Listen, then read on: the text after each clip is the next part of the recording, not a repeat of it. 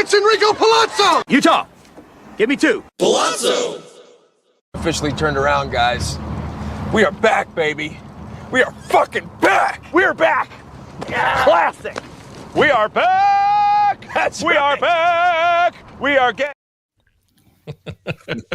God, I love you so much. It's us. Here we are. Pallazzo Podcast, 2 L's, 2 Z's. Utah. Mike Virginia, Brenton Allen, Michael Govia coming at you strong all day long on a Sunday afternoon. Stoked to do the show. We're going to be talking about some busts today. That's right. We are back with some busts. There will be busts. I'm excited to talk about that. We're going to cover other areas of your fantasy baseball draft prep strategy sessions. Mike Virginia, it's Sunday afternoon. How you feeling? I am feeling good, man. I was just telling my wife I get to jump on at 1 o'clock and talk baseball with my buds. And I will say, you just amplified that this Sunday with that bit that you did before the show of the we're back from the hangover. So absolutely loved it. Perfect play. Now I'm feeling even better. I do request. Brenton, did you know that? I'm having some audio issues. Oh no! I'm hearing like replay in my. Do you have the YouTube open? Did you think about that? Usually happens to me. I'm like, wait, why am I hearing myself? And then I have the YouTube goes live afterwards. If you have it in your browser, then you're like, oh, I see what's going on. That fixed it. Thank you very much. You're a genius. It takes one to know one. I appreciate it. Yeah, back to normal. Sorry about that. You think I might have some idea how these things work after several years? No. Yeah. I'm like that old man. You know, when I was in college, I worked for a law firm, and so I was a runner. So I would come in and like back then, you actually had to do copies. You know, at the Xerox machine, and like the older guys would come in and they'd be like, I don't know how to work this thing. And I'd be like, yeah, just what do you want copy? Just give it to me. And now I'm that guy. I'm like, how do you work these microphones and computers? What the hell going on out there? Back in my day, you pressed it. There was on and off. Those days are over, but thank God. AM and FM. It was that easy. AM and FM. And if you liked FM, you're one of them kids. Yeah. You're one of them kids. Those long-haired punks. Here's this, too. Since we'll be talking about some busts today as well, I made this. And this is why I can guarantee.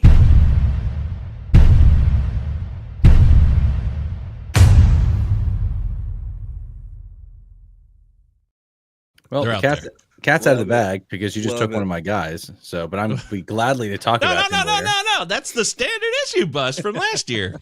I tried to think who was the biggest bust last year, and I went with Bo Bichette for 3 years. Whoa! He had one good year when they played in Dunedin, and that was it. He hit 20 home runs plus in each of the last 3 years, but prior to that.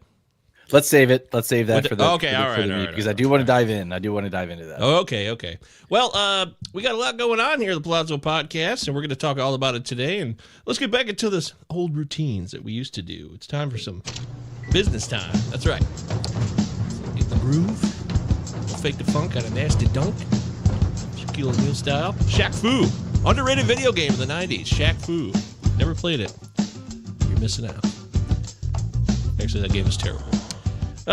So we got the Pallazzo Podcast Invitational is live and open, and League One is currently drafting in this very moment right now. I don't know what round they're in or how far they're along because it's a slow draft, but they are drafting, and League Two is now accepting your $50 entry, $50, no season-long fab management. All you got to do is set your lineups, and that's only twice a week, not even daily. So it's on Mondays and Fridays. $50 gets you in the door, and you could be the next reigning champ. We've had several champs. This is year 5 of the Pallazzo Podcast Invitational. Very proud of that.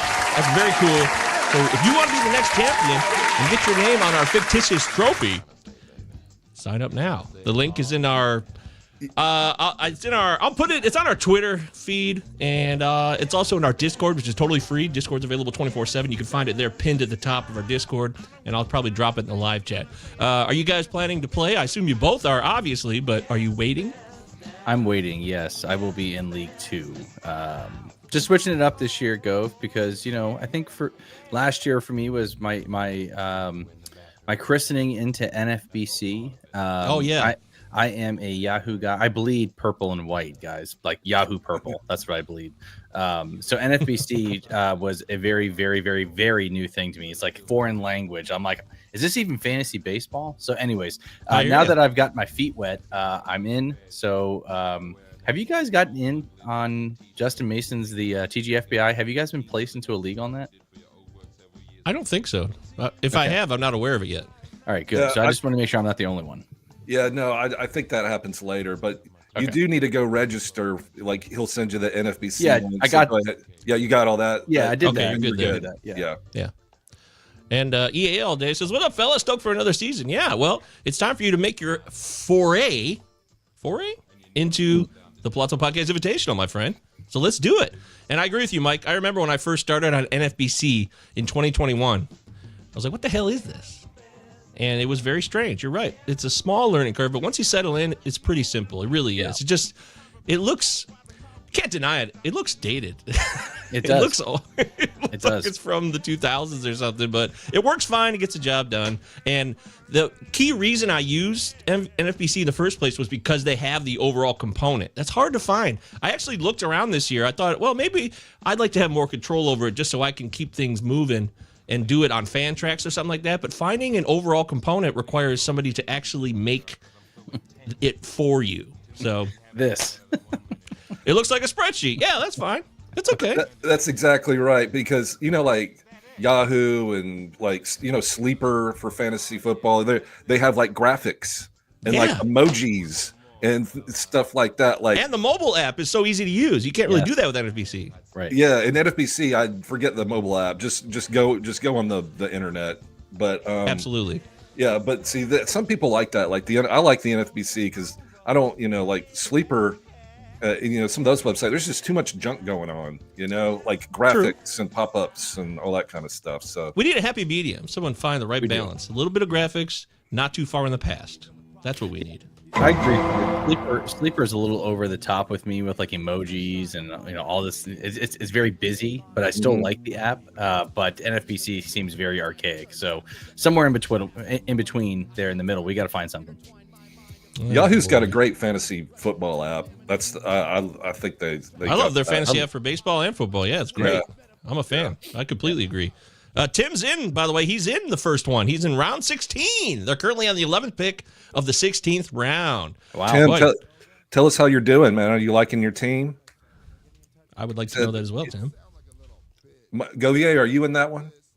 No, I haven't signed up yet. I always try to wait till like League 4, maybe 3 or 4. I want to get other people signed up first, and then if we really hit a snag, I jump in and say, "Hey, play against me," or try to use our clout, which you guys should also do. Mike and Brenton, you guys, people would love to play against you, and they would consider it a privilege. Yeah, I'll sign up. When's the next one start? I'll probably go ahead and do the next one. Oh shit! I had the business time on a loop. I thought I did, but then I changed it to a different video, so there was a completely different song playing underneath while we were talking here still, and it was called Dirt Nasty. So I hope that doesn't we didn't mean anything by that. If it had lyrics that are offensive, that was not our intention. I want to make that very clear. Well, that's what we are. We're dirt nasty, right? We are. That fits. We are dirt nasty. That's true. Anyways, sign up for it. Go to our Discord. It's totally free, or go to our Twitter handle, Pallazzo Podcast, 2 L's, 2 Z's, to sign up. Give me 2. Take a sign up until the last league, which probably, since it's slow draft, it takes like at least a week. So the last league will probably start March. We'll go past the faux opening day, which you guys know I loathe. I'm glad that they get to go to Japan and Sasaki and people like Yamamoto get to go there to their home country, but I believe the purest angle is the true opening day, which is late March. So yeah, there you go. All right. I was in a slow draft once, and it was a 4-hour clock, and one of the teams let the 4-hour clock time out, and when you time out, they put you on auto draft. Well, then he clicked off auto draft. His next turn came up. He timed out again, took himself off auto draft. A third time, timed out again. And in bowling, we call that the turkey. So that's 12 hours of the clock ticking on this guy or girl or whoever it was. Wow, dude. And, of course, people in the chat are going ape ass. And I was like, I thought it was kind of funny. I was like, I think they're just effing with us. I think so. Like playing this mind game, so everybody's just mad all the time, But I that's will like say, the classic, nightmare. the slow's in the name. You sign up for a slow draft, it's going to be slow, and then the other people are all going crazy. I'm kind of in the middle. I'm like, if you got to, everybody times out at some point. Life happens. I do my thing. You sign up, you know what you sign up for. Yeah, but 3 times in a row, give us a break. 3 times in a row is bogus. I agree. Yeah, I would have to be on there. Yeah, we do need to get this thing moving. That's true. All right, so there you go. Check that out. I want to shout out the Glarf people. The Glarf draft went down this weekend. Great Lakes Area Roto Fantasy League. That was a lot of fun. I don't Were really you want in to that talk one, Mike? I am, but I don't really want to talk about it because I saw your team. No, I don't care about that. I don't care about the team angle.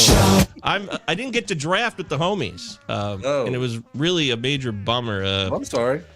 Yeah, there was they got to draft at freaking Comerica Park. The draft was at Comerica Park, guys. Ooh, I saw that on Twitter. That I have no idea how they pulled that off. Aaron Cummings, shout out, the legend himself. He totally made that happen. I love you, Aaron. I'm so glad you did that. But there was a threat concern about me maybe being in contact with sickness, and we were staying at an Airbnb, so that's like a breeding zone. If one person's sick, everyone's going to get sick. So I had to respect it, so I was not able to go. I should have just shut my mouth and showed up and hope nobody got sick, but oh well. So that's a bummer for me, but everybody had a great time, and I love my Glarfers through and through. We'll talk about that draft briefly later, and shout out to them. Thank you so much, and shout out to my friend Tony, who hit me up during the Glarf draft. I haven't heard from Tony in forever. Tony is old school Pallazzo. He used to be a show called the Open Bar Fantasy Baseball Podcast. Tony and his buddy did it. This was like 4 years ago, and he hit me up yesterday out of the blue. I hadn't heard from him in forever. So Tony, if you're hearing this, great to hear from you, brother. Thank you so much. All right, there it is. So that's our business time section for the day. Of course, we're at 941 subscribers, guys. 59 away from finally achieving the dream. 1,000 subscribers. 1,000. It could be you. Do you want to be 1,000? Make it happen today. Find 59 people and sign them up and get us to $1,000. Pretty and please. What happens at 1,000? Other than, obviously it looks better than 999. We finally unlock the access to make some extra dough from the show on YouTube. Oh, nice. We can get super chats, I believe, and then we also are eligible for ads for the first time, stuff like that, where it would open up a revenue stream where if we could make more money from the show, we could do it more often. It could be a greater part of our lives, and that's just a good thing. So what would be funny if it gets to 1,000 and then 3 people unsubscribe? I know, I thought about that. Just to mess with us. No! I'm sorry, you've lost it. You have to regain your eligibility. Shit. Yeah, you got to send back all your checks and all that advertising. You're like, oh man, it was nice while we had it. Joe knows. There's the word monetization. Monetization. That's right. Oh, that's a good word. All the years we've been here, the viewing hours accrued, and then we had to get additionally 1,000 subs. So it takes 2 things to get it. So, all right. Real quick, I wanted to comment real quick since we're on business time. If you guys haven't heard yet or you're new to the show, make sure you head over to, first off, all of our Twitter handles are in the yellow bubbles here, as you can see. Make sure you're following everybody in the Pallazzo crew. Head over to my Twitter page. It's on the pinned part of the profile there, where you can see that if you retweet and like and also subscribe to the YouTube of the Pallazzo podcast, you are automatically entered in a drawing for a free MLB jersey of your choosing. We will be announcing the winner. We'll do the little wheel thing where I plug in all the names and we'll do it live. Oh, okay. So we'll do that live on Bozo Fest, which is a show we do the day before opening day. So opening day eve. Real opening day. That's what I meant to say. Yeah. So make sure you guys do that. If you're, and again, it could be any player. I don't care. It could be retired. It could be current. It could be with your name on the back of it. I don't care. But it's your choosing. You get to pick it. So make sure you guys check that out. Hell yeah. Good call. Xavier, if you won, what would your jersey pick be? Lou Whitaker. I'd like a Lou Whitaker Tigers jersey. That's what I want. That's awesome. I love Lou so much. What would you pick, Brenton? Oh, that's a great question. I have to sit down and think about it. One of my favorite players is Jose Ramirez for the Guardians, obviously third baseman. I love that dude. I would love that to pimp his jersey. Boo! We're not going to do this. See, we want it to be real. We could have cheated a long time ago, but we've had this YouTube channel for almost 5 years now. And this moment, when we finally get it, Uncle Ted, will be so much more meaningful because we did it. We did it ourselves. Nobody helped us. We don't have any type of affiliation with some type of website or bigger brand, like Picture List Podcast Networks. That helps. They invited us. I said, no, we're going to do our own thing. We love Dick. No disrespect. It was just, we wanted to do it ourselves. So, yeah, I'm sure a lot of people do that. They buy subs and do all kinds of weird shit. We're not going to do that. By the way, Michael Govier speaks for himself on that front. I'm going to go check that out right after this show. I'm not going to tell anybody. If I don't know about it, I'm going to let the mics think that we're just real popular in China or whatever. Yeah, I do have every podcast I've ever made. They're all really connected. Over the Orient, they really love our shtick. I used to have like 6 podcasts, and all of them subscribe to this channel, so I did kind of do that a little bit. But yeah. All right. So yes, go check out Mike's Twitter page, pinned to the top. Get connected to this, and we'll have the drawing. It looks like probably March 26th, I think, is opening day eve. There you go. @_Mike VA. Also saw Mike's got a new graphic. Mike's always working on his Mike Virginia graphic. I saw the new one. I am. You got to get that. We got to mix that in the show here. You got to get a hat with it or something. Yeah, that's actually what I should do. You should. Yeah. All right. Britton's graphic will be what? Mine will be just me in a sweatshirt with headphones. Britton will have Yeah, how does that work? Do you contact somebody, obviously somebody that can make those things, and do they say, let me just bounce ideas off of you, or do you come in there saying, this is what I want it to look like? I give them a little bit of a general framework to work in, but then they come up with different proofs and let me know what I think, and then we kind of steer in that direction, if you will, and be like, all right, well, now I know what to pick in terms of what you like and what you don't like. But Britton, for you, I'm thinking maybe a Britton Allen AI generated photo with a Miller Lite and maybe donut. Yeah, donut. Right. That's how I present myself to the world, so. Me against the world. Twitter and X should be no different. And Joe says, actually, I work in this online business, and you get a channel shadow ban doing that now. All right, well, good. We don't want that. The algo ain't dumb anymore. Yeah, the algo is self-aware, just like Skynet. It's gone live. So that makes sense to me. Thanks, Joe. Good to have you here, by the way. Appreciate it. I assume you subscribed, right, Joe? Nice job. Great job. I need that button in here. We had a quick question before we get into the main events here. EAL Day, he loves to ask questions, so let's oblige him. 12-team head-to-head cats. Here's all the cats. $300 budget. He's keeping Witt, Gunner. Which 2 of these 3 options would you keep? Wood, Ragans, Sale. So he's got to keep 2 of Wood, Ragans, and Sale, and those are the dollar amounts. $4 for Wood, $8 for Ragans and Sale each. Ragans and Sale for me. I know Britton's going to say Ragans for sure, right? Ragans and Wood, and we're going to talk about Sale later, my friend. Ooh, okay, Sale. good. So let's sail. Come sail away. Oh, Christopher Cross sailing. Yeah. I was doing Sticks. Come sail away. Is that Sticks? That was, I believe we call that a pun. No, we not. I don't know. Double entendre? Yeah, I don't know. We'll lock you in either way. I think we call it not funny because I have a feeling Chris Sale's face would be right here. And this is why I can guarantee.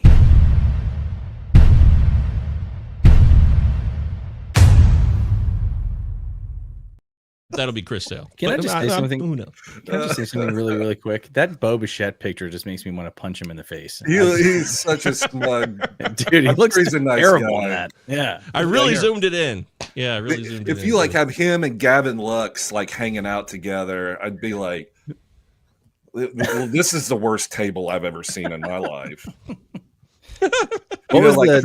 Trevor Bauer, Gavin Lux, and Bo Bichette hanging out together. You're God, get me out of this place.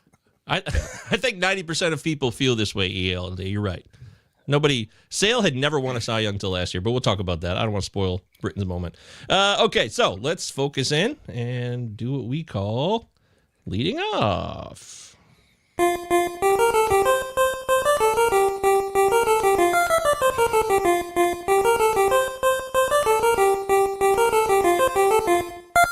All right, so Mike, I think we got our Our first catch of the day. Yeah, so the two on the show sheet we have here, we're going to talk about the two minor league ballparks this year between Tampa and Sacramento. Tampa Bay will be playing at George Steinbrenner Field, if I'm not mistaken. And the Oakland Athletics are now no longer Oakland; they are the Sacramento Athletics, and they're playing at I believe it's the Yankees minor league ballpark, right? Isn't that right? The Sacramento one is AAA. Yeah. It was Oakland's. Oakland's. Okay, it was Oakland. Okay. Yeah, it's called Sutter Health in it's West a terrible Sacramento. name. Might be the worst name. Yeah, Sutter Health Park. Yeah, it's where the San Francisco Giants minor. I don't know why I thought play. Yankees. Be like, hey, go play on the opposite end of the U.S. Yeah. Well, the Rays are going to be playing in basically a facsimile of Yankee Stadium because George Steinbrenner Field is a replica of Yankee Stadium dimension-wise. That's what I was thinking of when I said that. So Brenton and I talked about this a little bit on I think it was on the second episode that you and I did, Brenton, when we started talking about our sleepers. We started talking about a lot of the A's and some of the guys that we liked through there. So, which, by the way, Tyler Soderstrom and Lawrence Butler, let's overreact to spring training here, boys. First game 2 days in. Shit. Yeah. So 2 days in, you know what we need to do? Call 911. Yeah. Call 911. I made myself promise years ago I will not pay any attention to spring training. Really? Stats. Oh, you've stuck to this? Nothing. 0.0. I will not be affected. I've made myself that promise. Mike Carroll would disagree with you. He's made a career out of it. I'm going to try really hard to follow suit there, Brenton, because I'm with you. I've done that so many times, and it never works out the way you think it is. So no. Yeah. If a player goes 0 for 50, I don't care. If a player goes 50 for 50, I don't care. It doesn't mean anything. That's what I've got to realize. It's true. That part is true, but it's like life, it's not black and white. Life is very gray. And there are certain things when you look at velocity. The one thing I do look at is how does velocity look for pitchers? That's one thing that I do think has relevance. I don't give if a guy goes back to back, hits 4 dongs in a game, Wyatt Langford had an incredible spring training, and then his regular season was shit. It was okay. It was especially on the back end. I mean, for a rookie with very little experience, it was. I was not. He was one of the better rookies, frankly. Yeah, but the way his and we did the same thing with Anthony Volpe too. The year before that. Super hype. Yeah. They're I mean, I remember seeing Wyatt Langford go as high as the 4th round in drafts, and I drafted late because of the spring training that he was having. So to your point, Brenton, I'm not playing into it either. So, but they did. Let's get back to the ballparks. Yeah, there you go. This is a good comment from Tim here. Yeah, that's a good point.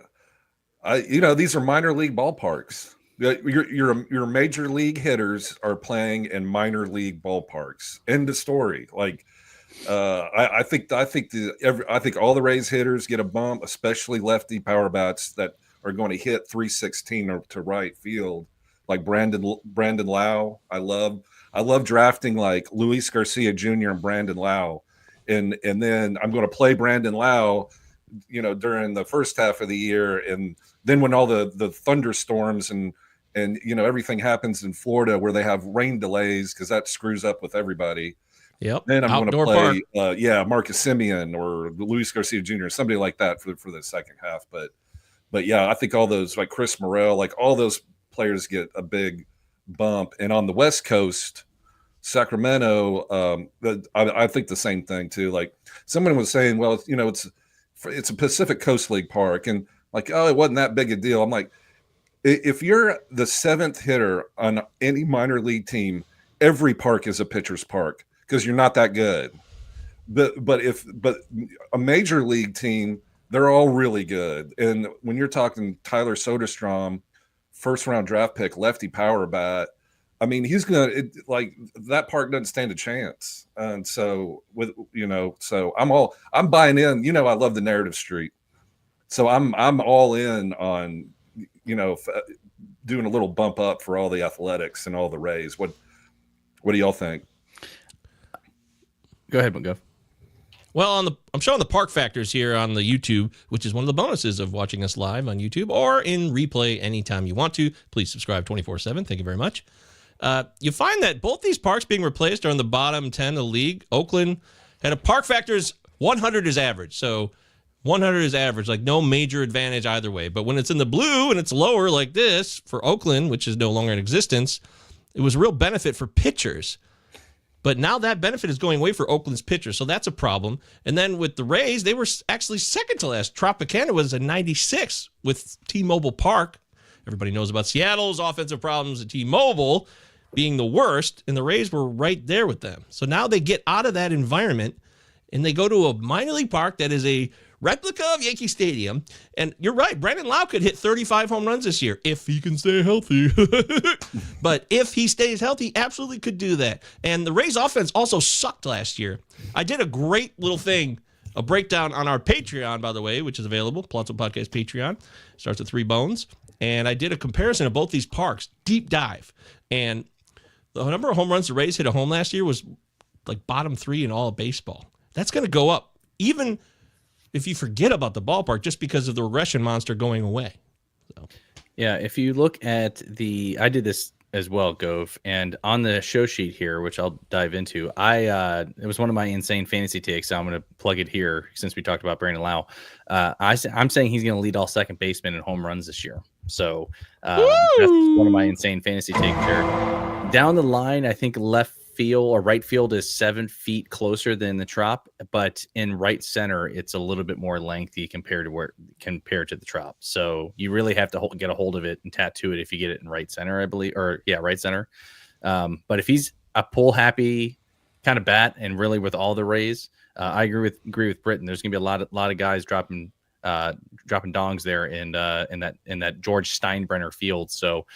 I also wrote about Brandon Lowe too. If you head over to my Twitter page, I did my must-haves for that sole reason. I want Brandon Lowe at the current draft price simply because of the fact I think you can get cheap power. Average is probably something you're going to have to address because he's not really an average guy, but I think that's cheap power that you can get after pick 200 for sure. But to Go's point, and the reason why his draft price is so cheap is because he can't stay healthy. So that's a good call. I love that.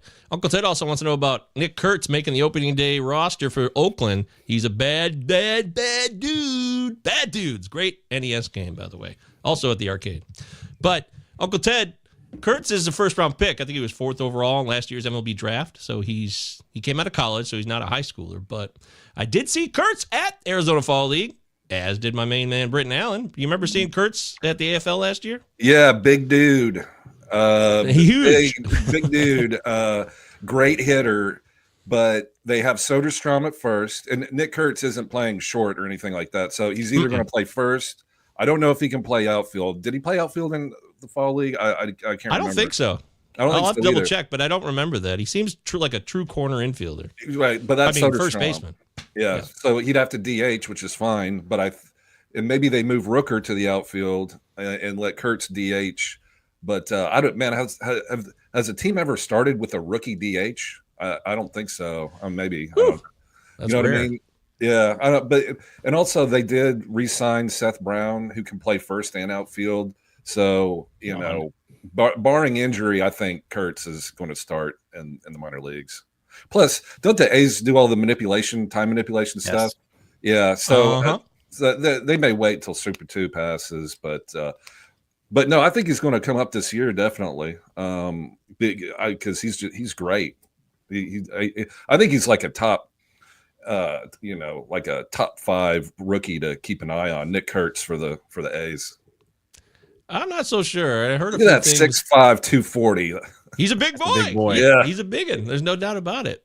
But I heard a few things, and who knows? But I trust people who know baseball and work in baseball. And there's some interesting things about his personality I learned about when I got to have the special access to some of the scouts they have at the AFL conference for First Pitch Arizona, and we'll see how some of that bears fruit. But he looks like a guy who's like an Adam Dunn dude, so I don't know if there's much more beyond him being an Adam Dunn dude or a Joey Gallo dude. So we'll see.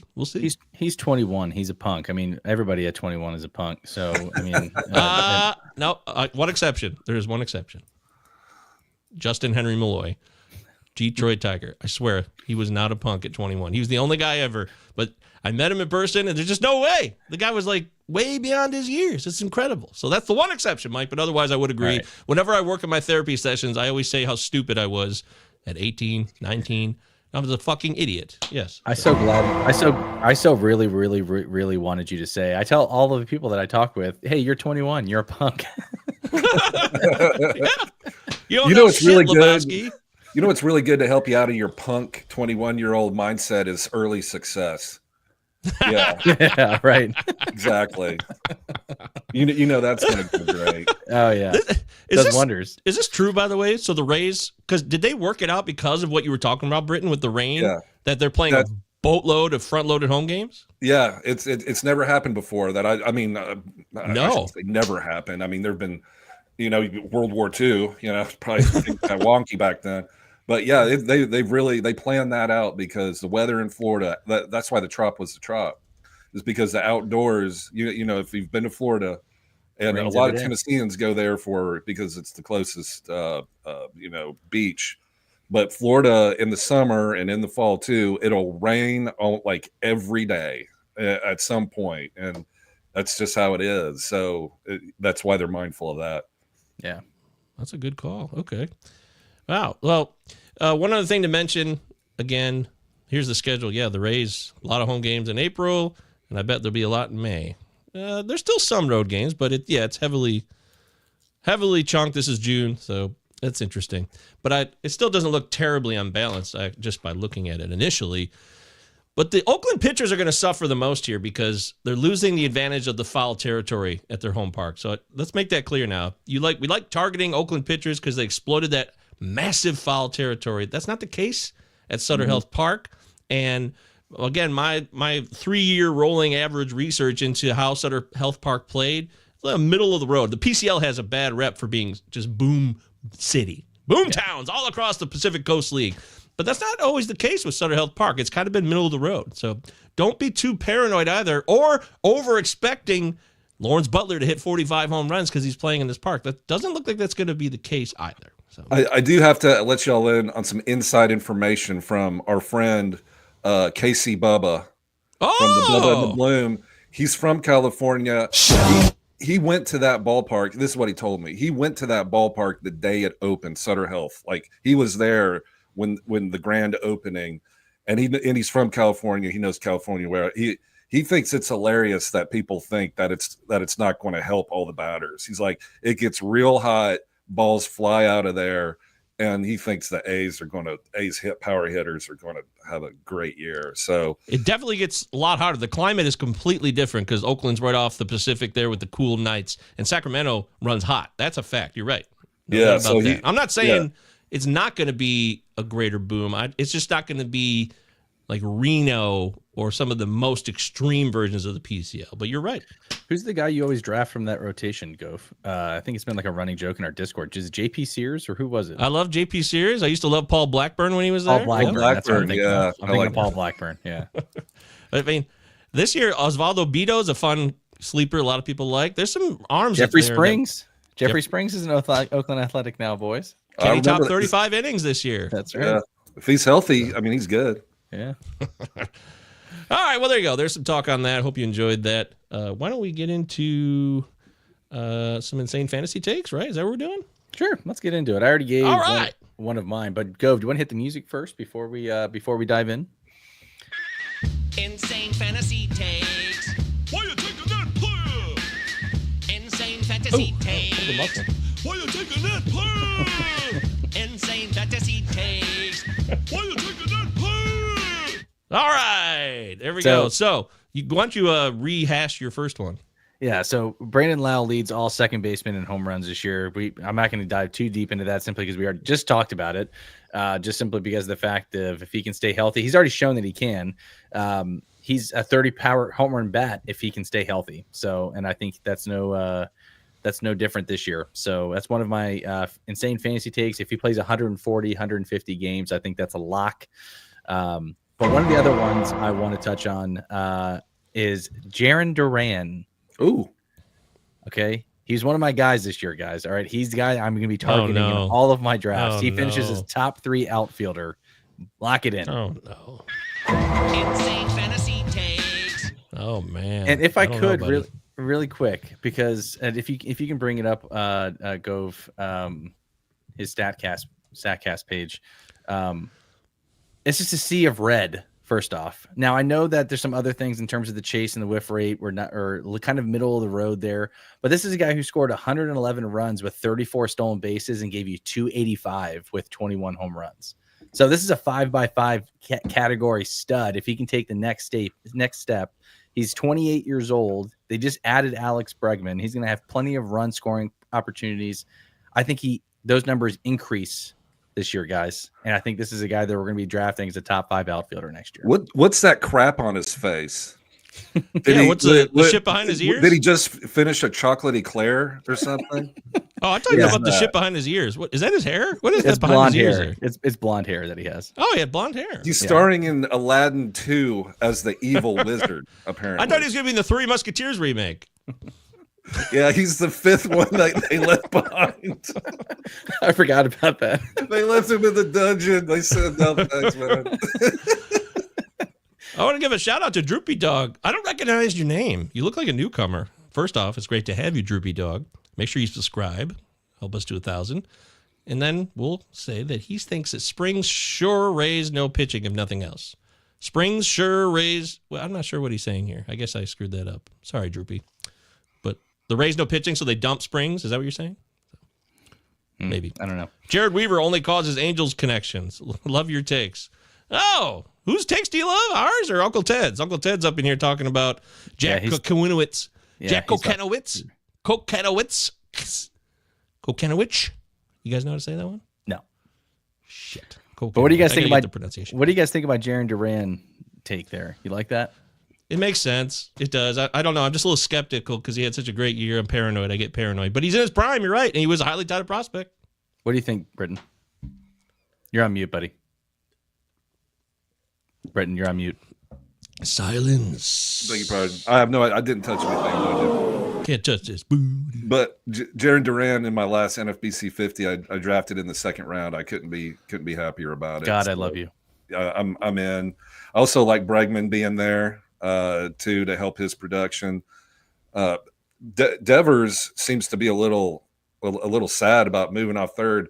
I'm like, I must be wired differently. I'd love to just DH. You mean Same. I was like, what? Like, is that a problem? You get paid to bat 4 times in a game? Dude, so what? I love fielding. I love fielding more than hitting when I played baseball when I was younger. I really did. Yeah, man. I don't want a ball screaming at me 5,000 miles per hour. Yeah, I'm done. I never want to play the hot corner. Hell no. I like shagging balls or playing second base. But yeah, you're right. 3rd always scared the shit out of me. I'm like, Jesus, look how close we are to the plate. It's like being a goalie in hockey. Like, no thanks. Britain. Yeah, you got to be crazy.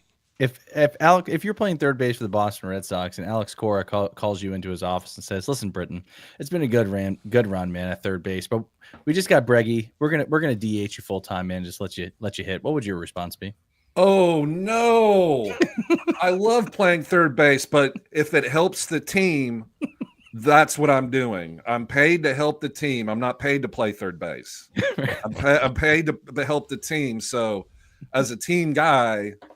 Whatever you want me to do, coach, skipper, manager, whatever they call you, Alex, whatever. You let me. You tell me. You tell me what to do.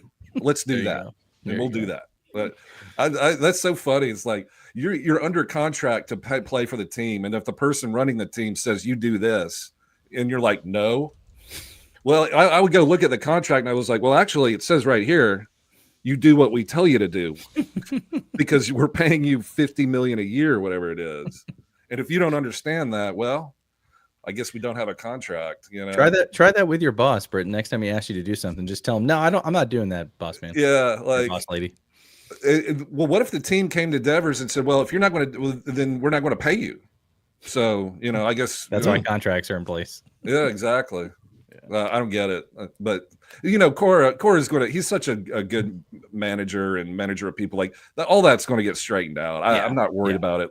as far as any fantasy concern. Like all that stuff's going to get straightened out. I'm not worried about all. It's just funny to me that they're asking the player getting paid to do whatever for the team. And so if you move to, he's like, no, like what? No. What are you talking about? The notion is not in your vocabulary if you're under contract to the team. I don't know. I thought it was hilarious. Before we get to the next insane fantasy take, let's take a quick moment for this commercial break. We'll be right back after this. Pallazzo Podcast, 2 L's. Utah. 2 Z's. Give me. Sweet dreams you can't resist. N-E-S-T-L-E-S. A dream as sweet as this. N-E-S-T-L-E-S. Creamy white.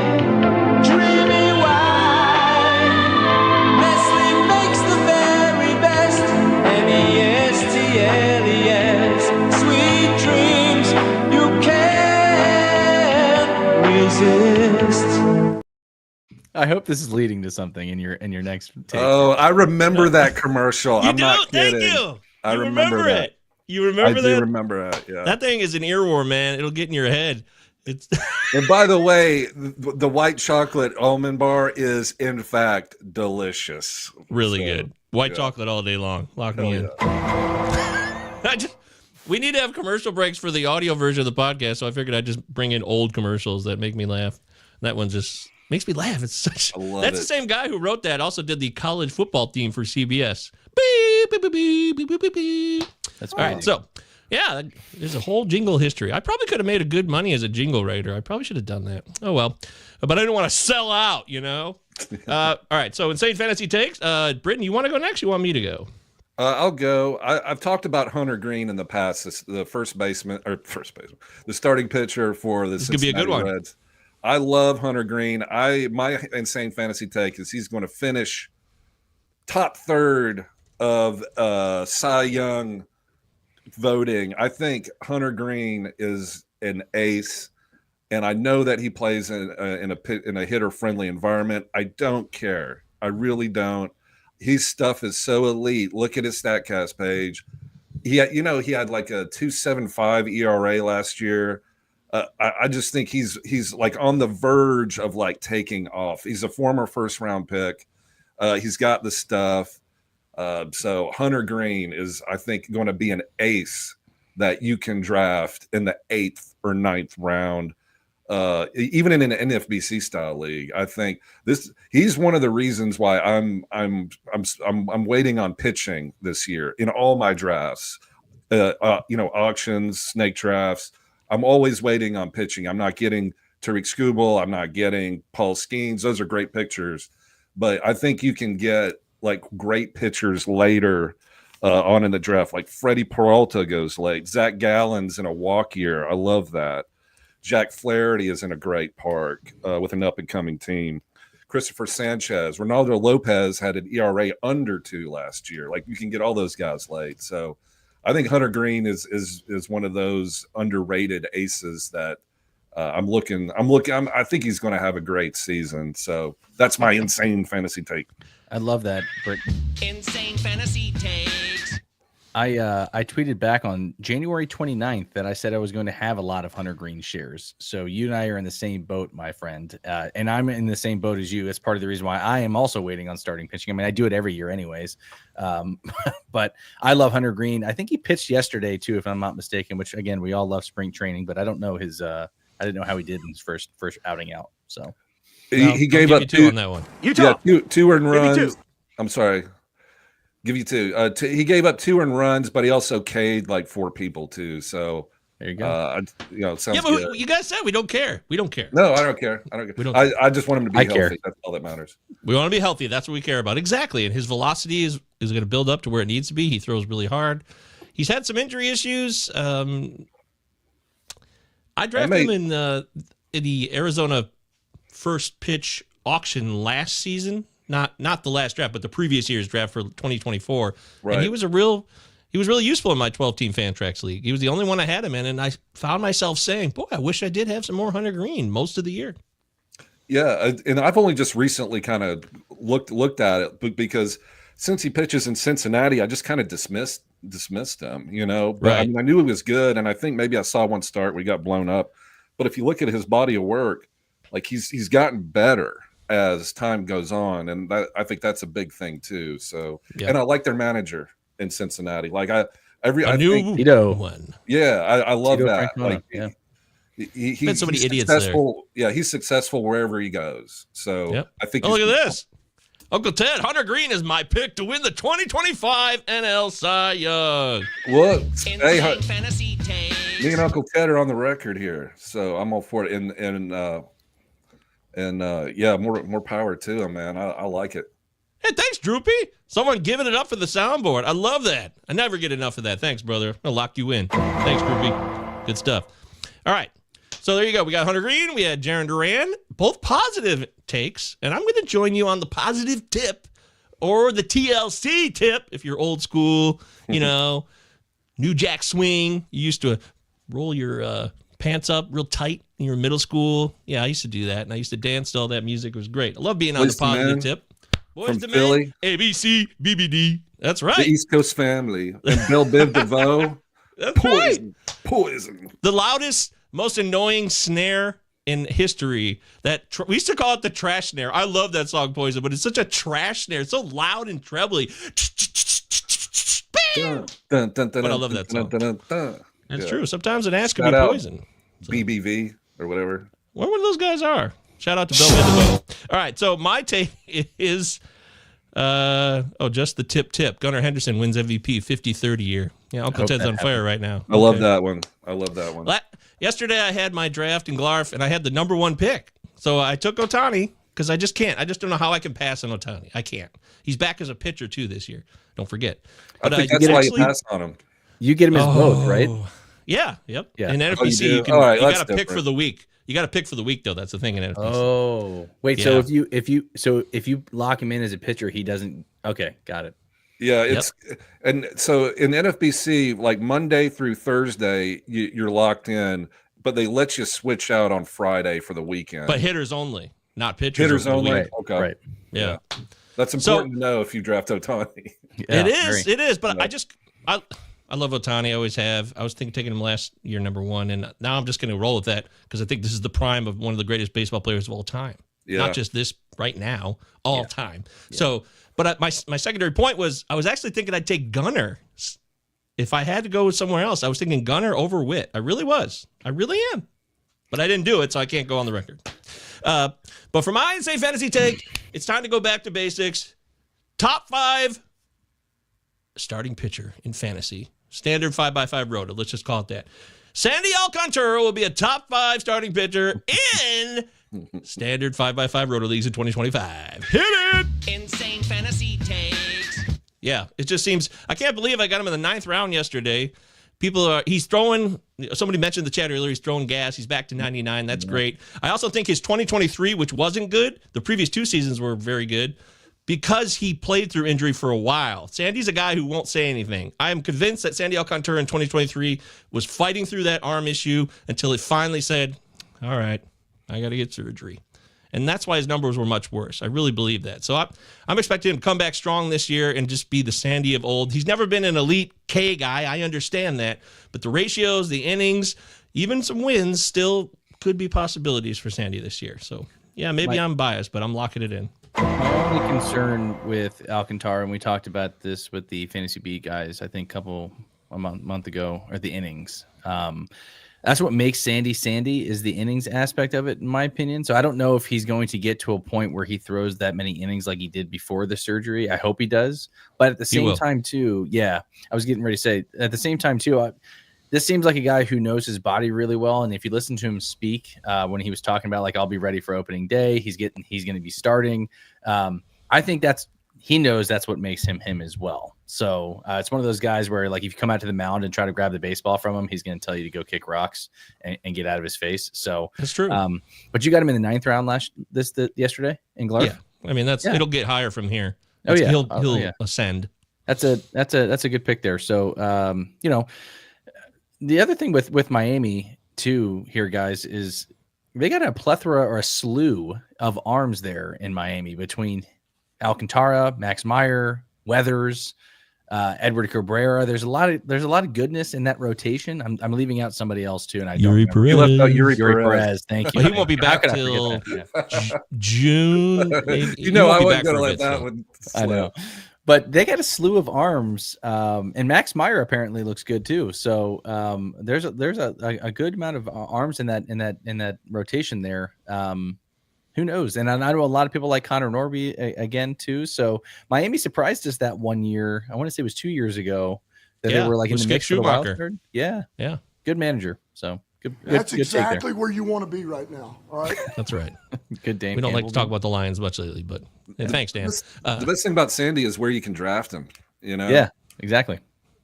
Even if he's a Ninth top round 15 guy this year, that's it's a win. Yeah. You're right. As we get closer to opening day, that draft price is going to go up. And they see his, the velocity thing. They get hard-ons for velocity in spring training. So when he throws 99, that's going to be a big deal. But Mike, did you have another one you want to mention, or you want to switch gears? We can switch gears. I mean, I just really wanted to quickly touch on Jordan Westburg. I was listening to the CBS guys, Frank, Scott, and Chris, and they all apparently are on. I know those guys. Apparently all in on Jordan Westburg and kind of sold me on that as well. I mean, He's I'm an hot O's fan. in the shark world right now. Who? Jordan Westburg? Dave McDonald, top 5 main event overall finisher last year. He drafted Westburg in that draft yesterday in like round 5 or 6. Oh, wow. Yeah. I mean, I love Westburg this year too. And I wrote about him in my must-haves as well. So plus the dual eligibility aspect of it from second and third base. I mean, if he played 150 games, which he got, if you guys remember, he got hit in the hand and was out the last 2 months of the season. But if he plays a full season there, we're probably talking about him as a top 5 option at these spots if he continues that. So yeah, good call. Yeah, we know, Jerpy Dog. It's a sore subject here, dude. I don't like to talk about that trade. Oh, really? I didn't know it was such a sore subject. I mean, I know it's a shit end for you, but Connor Norby, I think he could hit 30 dongs this year. Thank you. I talked about that when we talked with Eric Birdland, me and Ben, and we had the debate between Joey Ortiz and Connor Norby. And I was a big Connor Norby guy. I actually went back and said this. One of the very first shows I ever did with you, Michael Govier. One of the very first shows I ever did with you. I spoke on Connor Norby, and we got Trevor Rogers in return for him. So, yeah, great trade for us. That hurts. I'm sorry, man. Yeah, that does. I can feel it. I feel it in your voice. Well, let's bring people down some more. What do you say? Let's get into some buzz. Yeah, let's do it. All right. And this is why I can guarantee.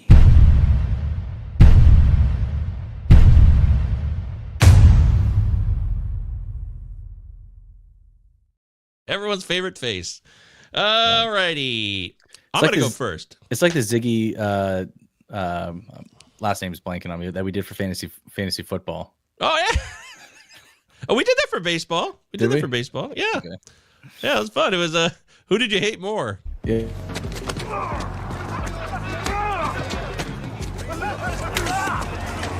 You know they spray virus on beef rather than clean the rat shit out of the slaughterhouses? That's Bo Bichette as a young kid right there. Who's more annoying, Ziggy from The Wire or AJ from The Sopranos? Yeah, that was great. Well, we'll get that going once the season kicks off again. Yeah. All right, so I want to get it going here. There will be bust. I did this on the Patreon, so here's a little exclusive for you folks. I am very concerned about Brenton Doyle. I think Brenton Doyle will be a bust this year. And I know it's nothing personal. I even mentioned it in the video I posted, I think. I mentioned Mike's name. And I said, Mike Virginia nailed it last year. I think I posted that on our YouTube as there will be bust. I can't remember where I do things. I got like so many destinations. But I'm just concerned. I wonder if he's kind of empty. Like, you get the homers and the steals last year. It was 23 homers, 30 steals, right? And that's great. That's a hell of a combo. But the rest of it was kind of empty. So it really comes down to, do you think he will fill in the void on his batting average and his walk percentage, maybe get a little bit more patient and grow? He's looking to be the leadoff hitter, right, for the Rockies, Mr. Doyle? I don't know if he's getting leadoff. I thought he was going to bat third. Oh, he's going to bat third. Okay. Yeah. Well, he's going to be in the top end of the lineup. So if that's the case, he's got to prove that he belongs there. And I'm just not sure he's that worthy of that outside of his home splits. You know, he can do damage at Coors. Everybody knows that. Everyone loves Coors when they're hitting there. Coors. But I'm just, it's not like he's getting taken in the top 50. I think his ADP is around 90 or 100, roughly, depending on where you look. I'm just out on Brenton Doyle this year. I'm not going to go there, and maybe I'll come to regret it, but that's where I'm at. There will be bust, and Brenton Doyle is one of them. I won't take this blasphemy, Michael Govier. I won't. I won't accept this. So break up. Yeah. Even further, double down.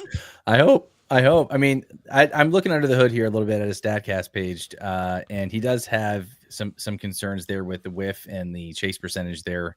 Doesn't take a whole lot of walks either. So, but he has a pretty solid across the board on everything else with WOBA and batting average and slug and barrel percentage and launch angle sweet spot percentage. So I get it. I mean, a lot of people probably still have the PTSD, me being one of them, with Nolan Jones, who, if you're looking at rotochamp.com, actually have Nojo batting first and Doyle batting second.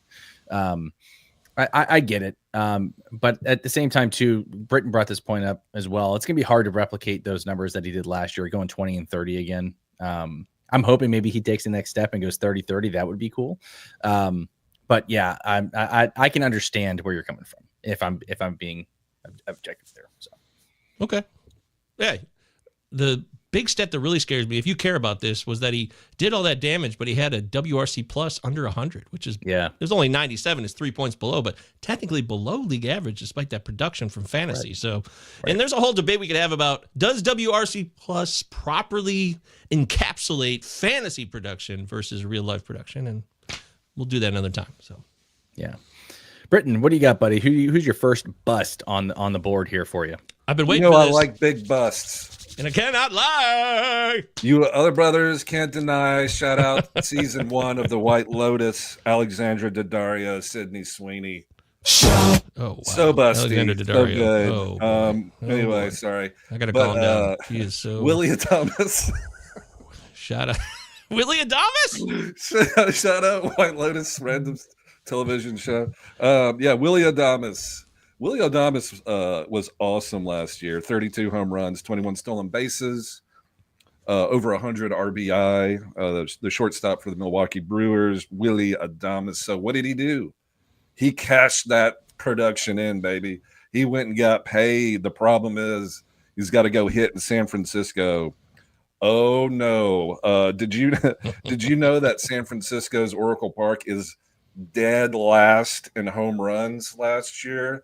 Oh, dead last. That'd be no place worse to go try to hit home runs than San Francisco. And so all those were career highs that we talked about. But Miller Park, great place to hit. Oracle Park, the worst place to hit. So those numbers are obviously coming down. Those were all career highs. It ain't happening again. Plus, he was in a walk year. So, I love the whole get players in their walk year to have their best year ever. Well, I mean, the poster boy for that was Willy Adamas last year. He cashed it in. Another bad situation, too, for hitters. Like, look at the lineup. So they have Lamont Wade batting first. Okay. So he bats second. Who's batting behind him? Young Ho Lee. Okay. Yeah, and then you just look down and it's not good. It's not Lamonte Wade.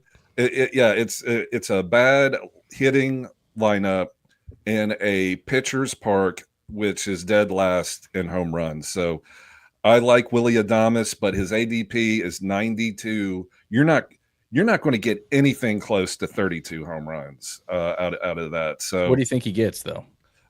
20, which is fine, which is totally fine.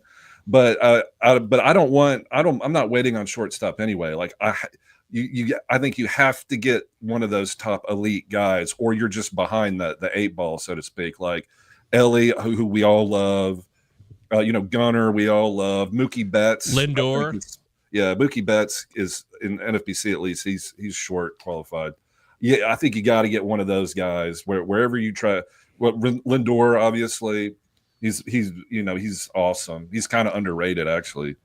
So yeah, who I waited on yesterday for my starting shortstop. Who's that? Who's your Willy Adamas? No, that guy, Bo Bichette. God damn you! He's my starter. Round six. So we'll see. You're right. Right. But if you don't go early, Britton, you're right. I got to wait on a Bichette or Xander Bogaerts or something like that. You're right. Yeah, gross. I'm with you. I don't know, man. If you look at the end of the year, Willy Adames' numbers might not be that different than Orlando Arcia's numbers. I don't know. We'll see. Mm-hmm. It's just San Francisco, man. Their batters are. I mean, that lineup isn't going to turn over. I mean, it's going to be 3 up, 3 down. I completely agree with you, man. I'm locking in on Adames. Yeah, I mean, I'd rather draft Tovar later. I'd rather if you're doing that, or you got locked out of those top guys for whatever reason, then Tovar hits the ball hard, and he's just going to get better. Or Masyn Winn. I like Masyn Winn for the also Cardinals. agree. I would take both those players before you draft Adames. Hang on. Good segue, because the guy that I'm putting on my list is Masyn Winn. Oh, all right. And I had this. Dude. I had this debate with somebody on Twitter yesterday. Doc's Dynasty Stash. I don't know if you guys ever can interact with him on Twitter. He brought up some good points where I'm starting to lean a little bit. But if you don't mind, could you bring up his stat page there for me real quick? Because he made a point that he makes great contact, but he also doesn't hit the ball hard. So he's just really good at making shitty contact. So like his stuff, and I know the hype and the helium that comes with Masyn Winn is that he wanted to steal 40 bases this year. All the projection systems don't even have him stealing 20. So I don't know where we got 40 from, but I mean, I know that he wants to do that, but he's got to be able to get on base to do that as well.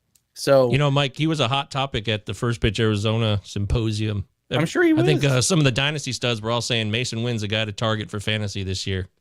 I just don't understand it. I mean, everything on his stat, his barrel percentage was in the 10th percentile. His hard hit rate was in the 14th. His average X velocity was in the 14th percentile. So he doesn't hit the ball hard at all. He just really good at making shitty contact. That's basically what that means. So I don't understand the hype. If you're taking a guy just from the 40 stolen bases aspect of it, sure, I can understand that. But to Britton's point, and real quick, I just want to bring this up.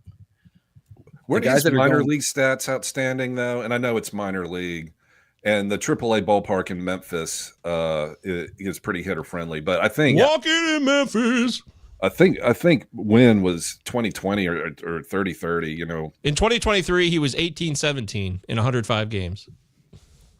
Yeah, I just think, and his draft price is continuing to climb. I'm out on him. I don't really understand the hype. Maybe that comes to bite me in the butt, but until he starts hitting the ball harder, and a lot harder at that, because again, he's in the 10th percentile in terms of barrel rate and hard hit percentage.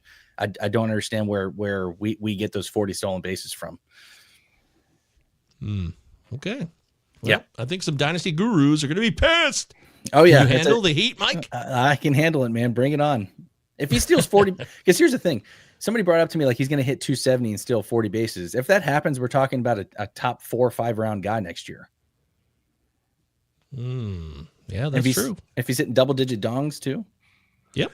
Yeah, that's true. And the Cardinals aren't going to be good this year. They're going to be one of the bottom teams. Exactly. So that's another issue too. But you never know. Yeah. But if he bets leadoff every day for the Cardinals, there's value there. Yeah, there's no doubt about it. You're right. Okay, Pallazzo Podcast, 2 L's, 2 Z's here on your favorite fantasy baseball show. Utah. Mike Virginia, Michael Gobi, and Britton Allen. We're talking bust. There will be bust. We just did a round. How about another round? Let's do it. Yeah. I want to hear, I'm waiting to hear from Britton. Yeah, there's a bust I've been waiting to hear that you teased earlier in the show. I want to hear about. Yeah, same. Yeah. So my pitching bus is Chris Sale, ADP 38. Here. Chris Sale, who reigning NL Cy Young Award winner, Chris Sale. So why is he a bust? Because he was so good last year. 177 innings pitched, 225 Ks. A 2.38 ERA, a 101 WHIP, 18 wins. Started 29 games, which is the most starts he's ever had since 2019. It's the last he's ever had that many starts. He's 35 now. He's going to be 36 during the season, obviously. So the most innings pitched, the most starts, and he ended the year with back spasms so bad that he couldn't finish out the year and he couldn't come back for the playoffs.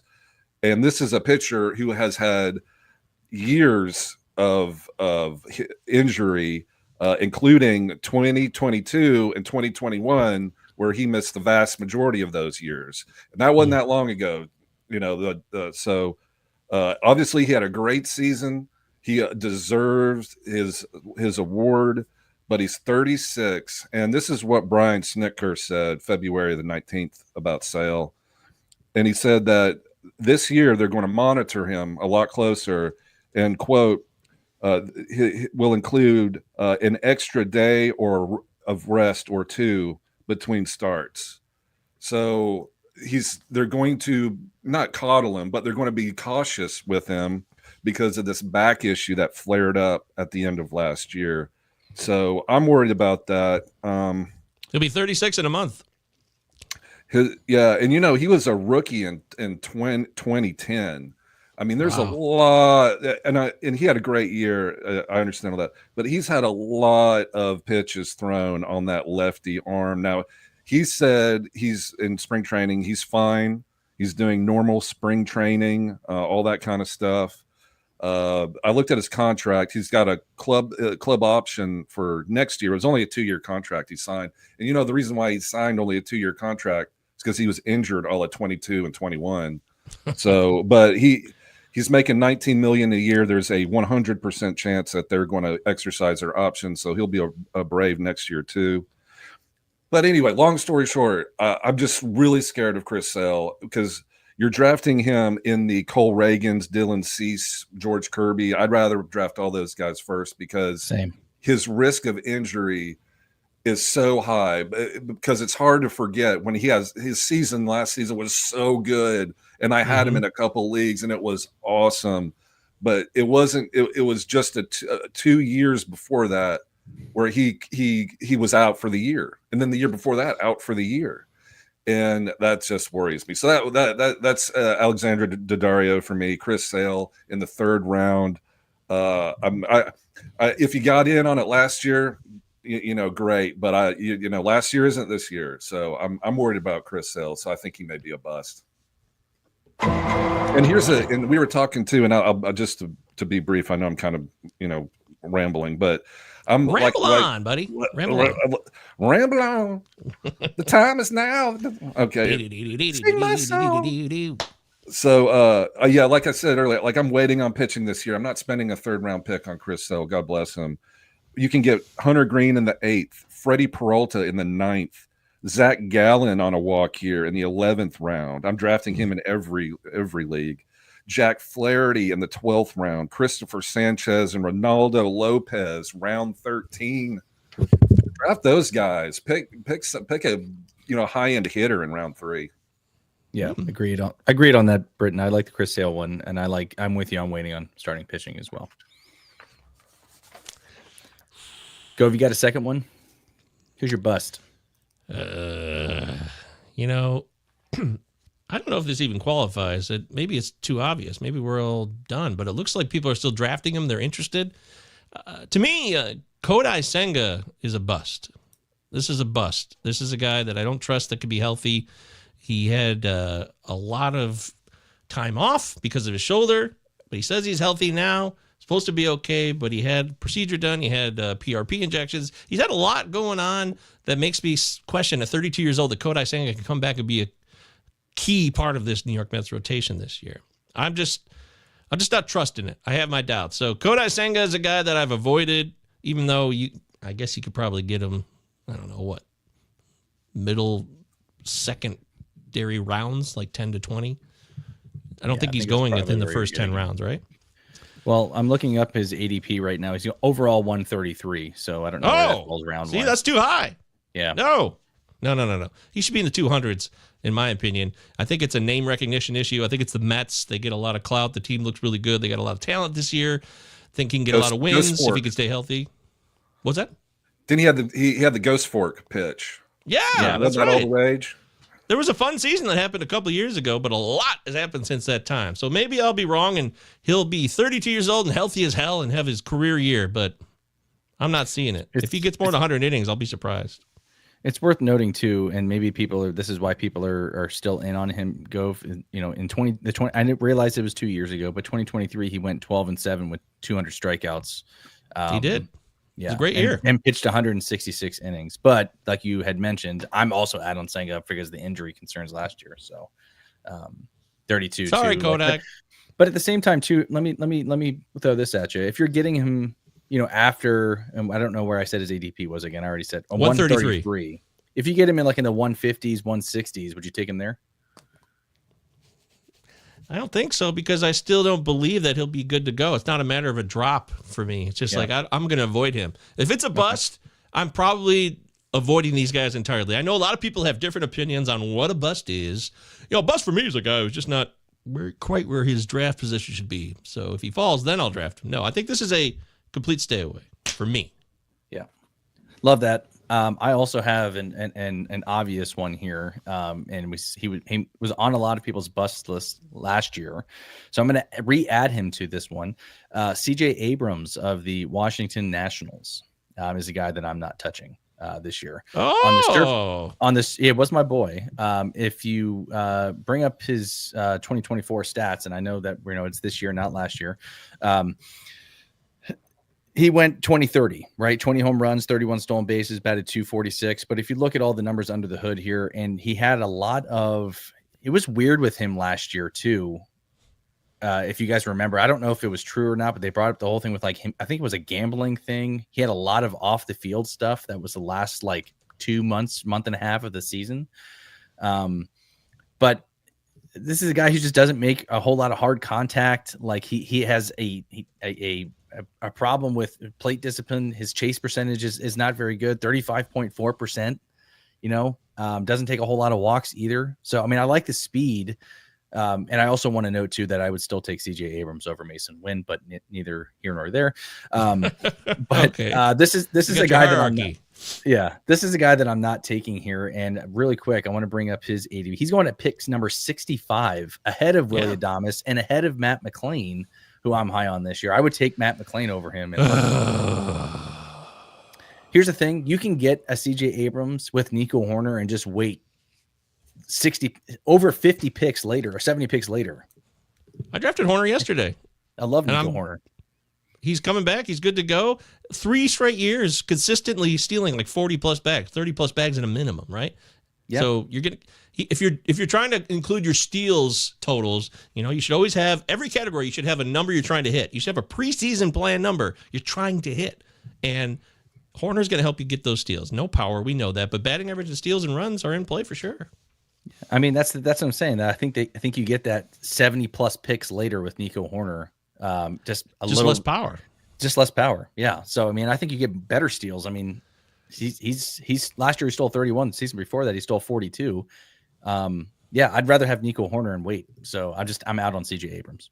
I don't. Good call. All right, lock it in. Uncle Ted says McLain is short side platoon with Lux at second, or he's an outfielder. Hard pass of McLain. That's ridiculous. McLain's not done. He's not a short side platoon loser now. This is a top stud prospect of theirs that had a lost season because of injury. I'm just not buying that at all. Or they're done with him? No way. No. He's going to hit the top half of the order too. I don't see him hitting any lower than third in that lineup.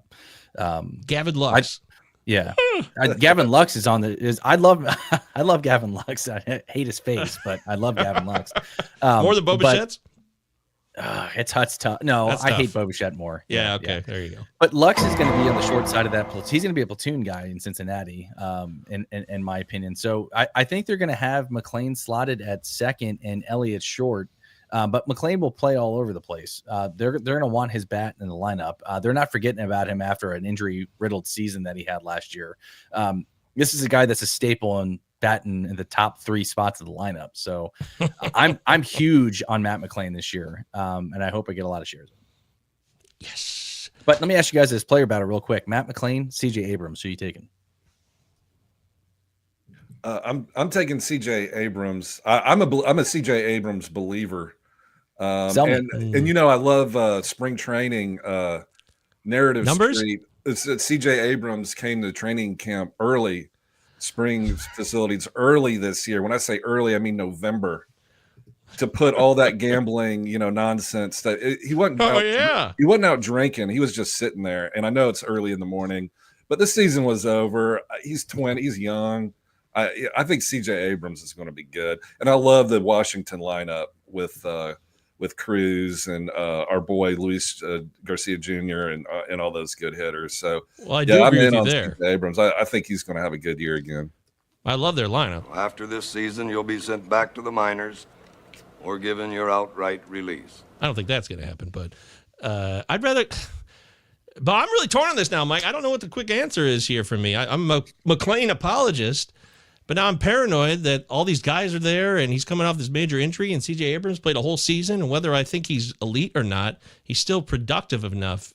If Matt McLain plays a full season, he's back to who he was, he will outproduce C.J. Abrams. There you go. I'm going to have to put that one in the book. If y'all write it down. put that one in our... it's like the little notebook they have. Yeah, we can go over last year's at some point too. I have it over here if y'all ever want to do that. But we should dedicate some time to that. I know we did the Royce Lewis one. That was obvious. Can I share my screen real quick? Yeah, share it, buddy. Do it. Let's see you do it. Mike Virginia is about to share his screen. Yeah, let's see if I can figure this out. 2, 1. He did it! Hey! He did it, folks! Look at this guy. He's officially an elite level host now. Just like Airbnb, you've been tagged as an elite level host. Congratulations. That's awesome. I don't know if you can see my mouse, but I can. this right here, this is not something that I'm liking here. Here's a tip for you. Zoom in your screen so we can see it a little easier. That's one thing. If there's there you go. Yeah, hell yeah, there you go. There you go. All right. Yeah. Chase percentage here. This is, look at that big mouse right there. Can you guys see that? Yeah, I can see it. Yeah. I just figured out how to do that. None of this screams like, man, I want this guy on my team. Like none of it. And look at his batting average. For a shortstop, you're getting a 240 guy. I like the speed aspect of it and the homers that come with it. And maybe these increase with the better lineup, but I don't know, man. This is the reason why I'm out on C.J. Abrams and why I'd rather have Matt McLain. It's a fair case that maybe there won't be much more than we see, but people still want 30 to 40 steals, I guess. That's what they're banking on. Yeah, that OPS gets better every year, too. That's improvement year after year. Yeah, maybe in OPS, OBP, leagues that are non-batting average, he's more valuable. And we got to remember that a lot of people play in OPS and OBP more than ever.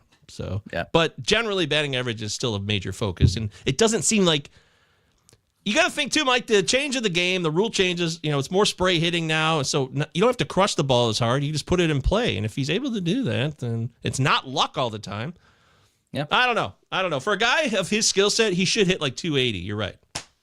But we've been waiting him for he was part of the Juan Soto deal, was he not? He sure was. Yeah, he was. He was a big time prospect for the Padres. Yeah, and I'm not saying that he's not quote unquote good. I just think there's guys that I would rather have over him. I was shocked that I saw. I mean, I get the Matt McLain injury thing, but I was shocked that I saw that McLain was going close to 60 picks after C.J. Abrams. C.J. Abrams because they needed. They're afraid. 60. Yeah, 60. He's going 60 something overall. Abrams is going at 65, and Matt McLain's going at 115. And again, I'd rather just have Matt McLain at that price. I don't think I could even touch C.J. Abrams at 65, but that's just me. All right. Do we have any more busts today, gents? Anybody else want to get one more on the record? I got one more. I got Sydney Sweeney coming up. Sydney Sweeney? What happened? She's a You got me on that one. Well done. Yes, Luis Robert Jr., a.k.a. Lou Oh, Bob. No. ADP 80, outfielder for the White Sox. No. I don't get it. Yeah, Lou Bob. Everybody loves Lou Bob. They're drafting him like he's a productive, good player. The problem is he isn't. And so last year he had 14 home runs, 23 stolen bases with a 2.24 batting average. His chase rate, whiff rate, K rate were god awful. Not awful, god awful. If you don't know, if you know, tell me. But guess what his strikeout rate was last year, Mr. Mike Virginia? What was his strikeout rate? Don't look at the screen. I'm not 29%. Is what I'm guessing. 33%. You know what Rougned Odor's strikeout rate was career? A lot lower than 33%. Let's bring up Rougned Odor. I love bringing up Rougned. That's my go-to. When anybody has a high K rate, I say Rougned Odor would be ashamed of that K rate. Mine's Patty Wisdom. That's my preferred one, but I agree. There you go. I probably need to stop using that. Where did you see his ADP was, Britton? Because I'm seeing he was at one. He's being drafted as 113 overall. Is it? Well, that on average. But my ADP may have been back from starting, back in November, whenever in NFBC. So he's going at 77 at NFBC. So what I looked at, and when he was being drafted in some of the drafts I had, like he's being drafted around Riley Greene. I'm like, Riley Greene is 1,000 times better than Lou Bob. But I get why Lou Bob is being drafted that high. He's living off one great year in 2023. 38 home runs, 20 stolen bases. That's awesome. I get it. But in every other year, he's sucked. In 2020, his rookie year, he had 11 home runs. In 21, he had 13. In 22, he had 12. Okay. And then in 24, he had 14. So other than that one year where somehow it was happy fun ball year, I guess, he hit 38 home runs, he hasn't hit over 14 in 4 years. So that's why I don't get it. And on top of all that too, he's on the worst team in baseball. Like Mike V or Govier pull up the roster resource. Now I can name Benintendi is still on the team. See if you can name any other good hitter, and Benintendi's not a good hitter either. I mean, Brandon Drury. See if there's any other decent hitter on the White Sox. I would argue there isn't. Andrew Vaughn, Mike Tauchman leading off. Look at that, Andrew Vaughn. Mike, good call. Andrew Vaughn's my boy okay. Colson Montgomery. I love him. Well, but you're right. Vargas was traded Vaughn, there. Yeah, Andrew Vaughn made crank 20. Josh Rojas. Britton, I think man. I think you make the strong point with the home runs aspect of it, and I want to piggyback off it as well. Those and be fair to him, but also not being fair.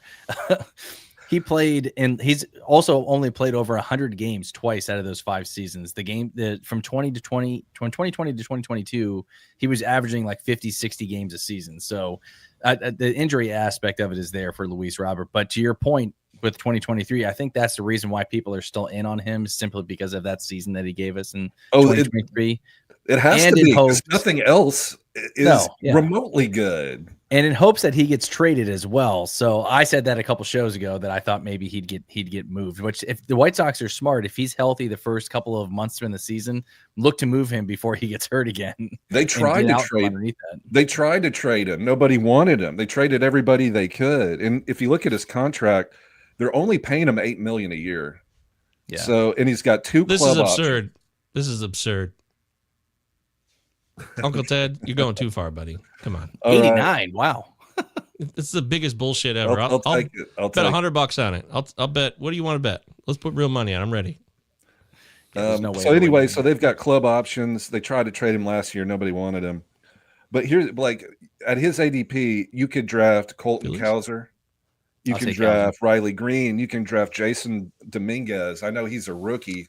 But I love his upside hitting in New York. And you could draft Dylan Cruz. Like, give me all those players. All like, why you're drafting Lou Bob? Because 2023 happened. I think he's a bust. Well, he's only had 1 good season out of 5, so that would be that would probably take good money. Every time I see him drafted, I'm like, why? 2023. That's it, buddy. 2023. Highly touted draft prospect. Draft because he can run and hit dongs. So it looks like we officially have a bet. Uncle Ted has agreed. $100 bet. So here it is, live on the Pallazzo podcast. Utah. This is an official bet. 89 wins for the White Sox. So if they hit 88, you lose. We didn't do a margin. We didn't do a within 5. So here we go. $100. $100. Uncle Ted. Are we talking about the same White Sox? Uncle Ted says the White Sox are loaded. Bring up that roster again. Am I missing something? No, you're not. Loaded with whom? Yeah. With shit. That's what they're loaded Corey with. Lee. Uncle Ted is always trying to be on the edge. He's trying to be at the head of the curve, but this one it might be might have fallen off the cliff on this one, Uncle Ted. Yeah. No disrespect. Who are the pitchers for the White Sox? John Danks. Gone. Martin Perez. Davis Martin. Yeah. Say John Danks, Mike? John Danks. John Danks. I got John Garland. Yeah, I got my White Sox John Danks jersey. Shout out John Danks. That was a joke. I was saying that for Brenton. Yeah, that's a bold move, Cotton, says Tim. Yeah. And for those listening on the podcast version, 89 wins, said Uncle Ted. Book it. So we're betting on it now. $100 locked in. Uncle Ted says, I'm rarely wrong.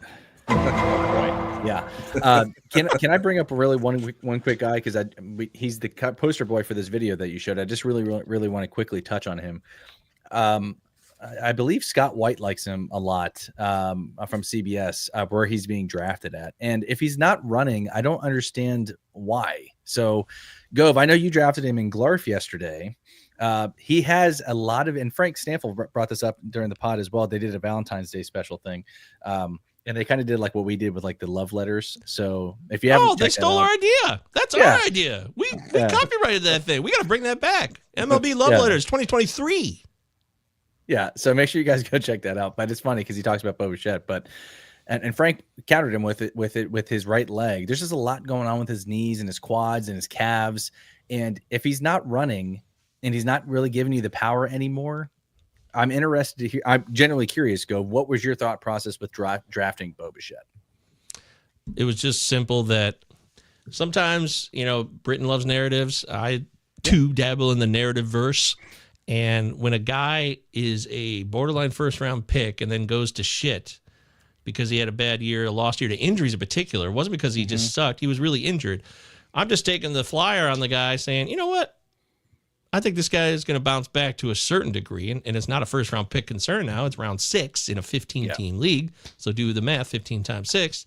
And that was pretty much it. I looked at his last 3 years that he's solid. He's solid. I don't expect him to run much anymore either. I also factor that in. I just thought he's a guy who could be my starting shortstop after I passed on all the elite shortstops, which maybe I shouldn't have done. But once I was at that point, I had to make a choice. And that's basically why I made the choice. I don't think he's done at all. I think he had a lost year, and he'll bounce back and be solid this year. Hit 275, 20 dongs, maybe score 80-plus runs. That'd be nice. He'll be given every opportunity to have a bounce back year. Oh, of course. So, yeah. Well, they're highly touted That's also prospects. true. I mean, he played in. I mean, and again, I'm with you, Gove. He was injury just ridden last year. Played in 81 games, but it was really bad for Bo Bichette. But if you look at the previous 3 seasons, even after his Dunedin season, he's still hovering around 290, 300 with 20-plus home runs. So, I mean, I guess there's value to be had there. So, but again, he's going to have to do that again this year to match that ADP, I guess is what I'm trying to say. So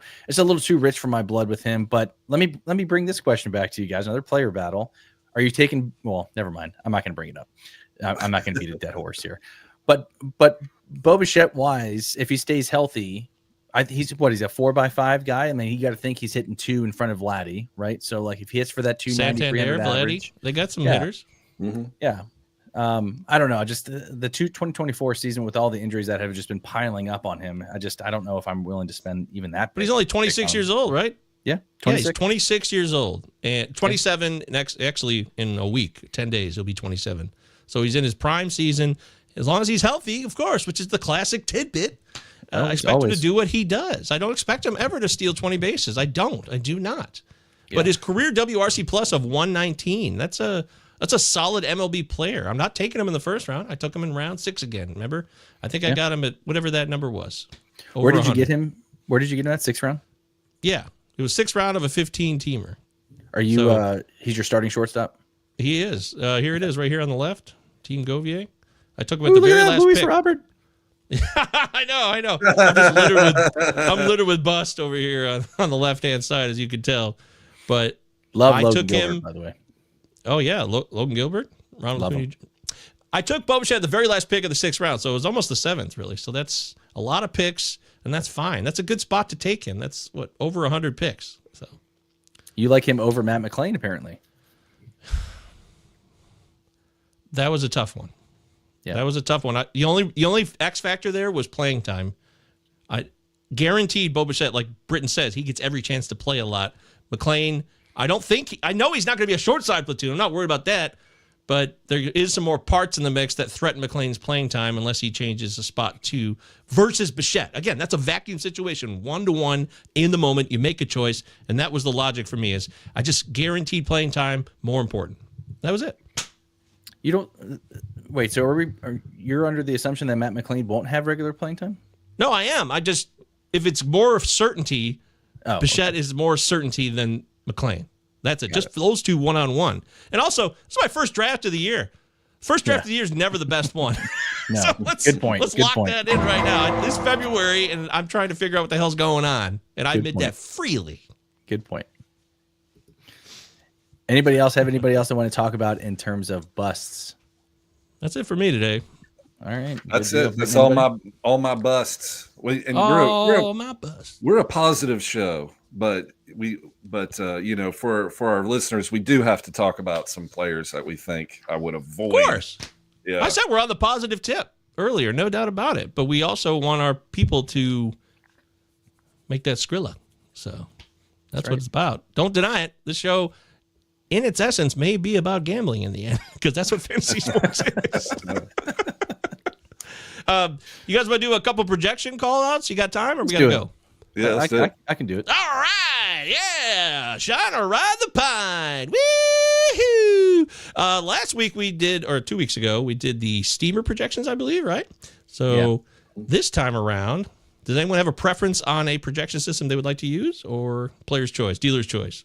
ATC. I like ATC. ATC? Yeah. Okay. My brothers, let's do some ATC. Ariel Easy as Cohen. 1, 2, 3. Shout out Ariel Cohen, our main man. Very I nice love guy. Ariel. Yeah. He's a great guy. Ariel's the best. I really do. I love talking to Ariel. He's a funny guy. He knows his stuff. He's just a great dude. He's such a unique human being. Ariel, we love you, buddy. We really do. The Pallazzo Podcast presents Shine or Ride the Pine. Each week, we'll choose a random projection system. For example, Zips. This week is We'll ATC. find out if the Zips statistical offering is a shine or ride the pine for that specific player. We're going to determine the fates of MLB's finest and not so finest. All right here on the latest edition of Shine or Ride the Pine. All right. Okay. Very, very good. So, gentlemen, let's get right into it. I've got Mr. Anthony Santander. We're talking about the Blue Jays. They got him penciled in for 33 dongs, according to ATC. Shine or ride the pine on 33 homers for Anthony Santander. I'll go shine. I think he gets past that. Okay.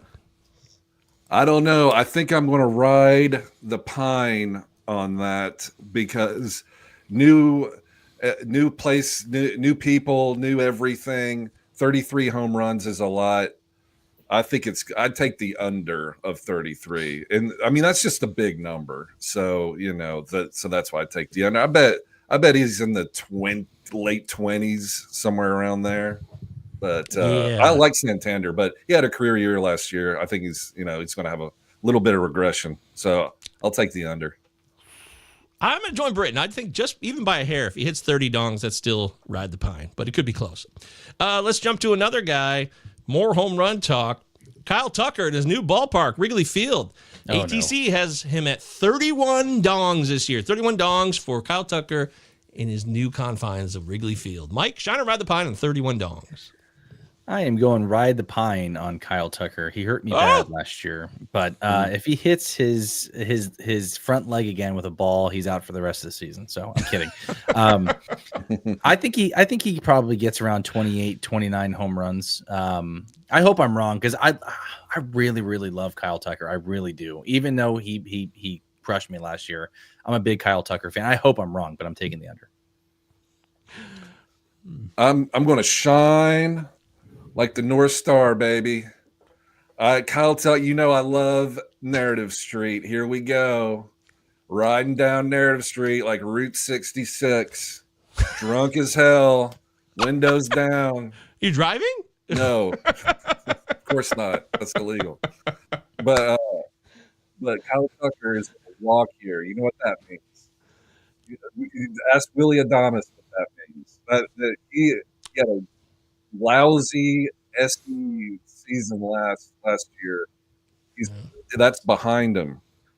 This has got to be the year he's to cash in for the rest of your life.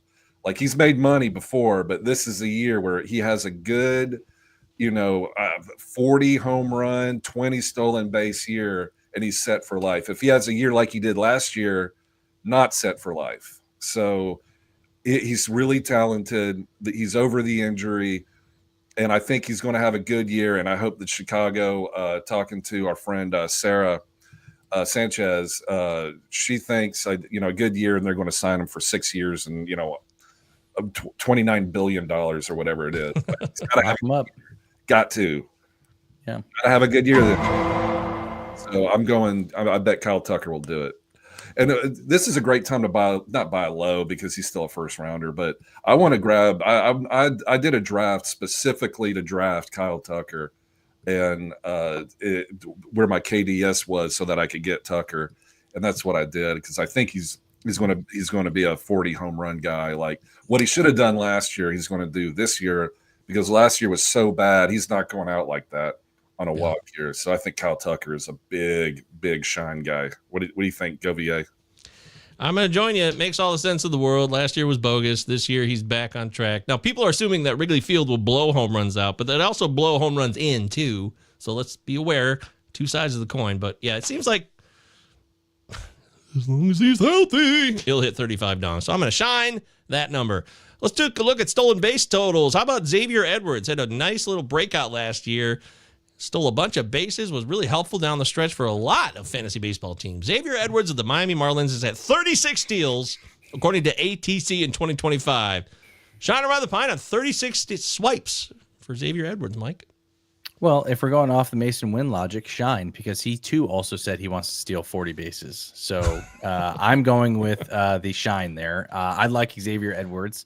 And he also had a lot of good contact rate as well. So again, that's a big number to Britton's point, but the way the MLB set up these days with stealing bases, I think that's not a hard thing to do for Mr. Xavier Edwards. So I will take the shine.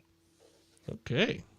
Britton? Yeah, me too. I would echo all those same points. He's a great base stealer. He's fast. He's going to run because he knows that's where his WRC plus is going to increase. It's not going to be home runs. It's going to be stolen bases. So he's going to lead off. He's going to get on base and he's going to steal. I would bet that he's like top 5 in steals in all of Major League next year would be my bet. So therefore I would take the shine on that one. Yeah, I'm going to join in. I think the guy knows what he's doing. I love Xavier Edwards last year. So 36 steals over that, I'll shine it as well. Go for it, Xavier. Run to your heart's content. What about Corbin Carroll? Last year was kind of a bummer, but he showed up towards the end. He saved his season a little bit down the stretch. But 39 steals, according to ATC, for Corbin Carroll. What do you say, Mike? 39 steals? Man, this is tough for me. I'm going to be a little bit biased here because I love Corbin Carroll.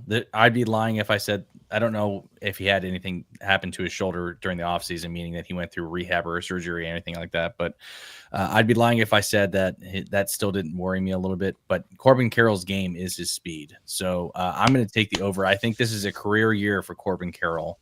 I think he figures it out. I think he takes the naysayers and says, hey, you know what? You guys thought I wasn't very good last year. Let me show you. Second half, Corbin Carroll is what you're getting from me.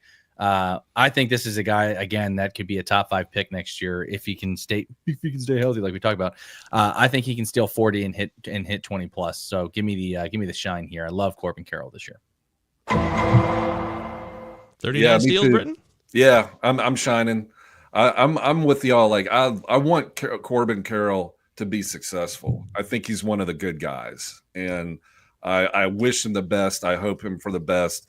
Arizona is a great team. Ketel Marte is going to hit behind him, and they have a great manager too. So yeah, I'm all in on Corbin Carroll. I think he's going to have a great season too. So shine on him, Mr.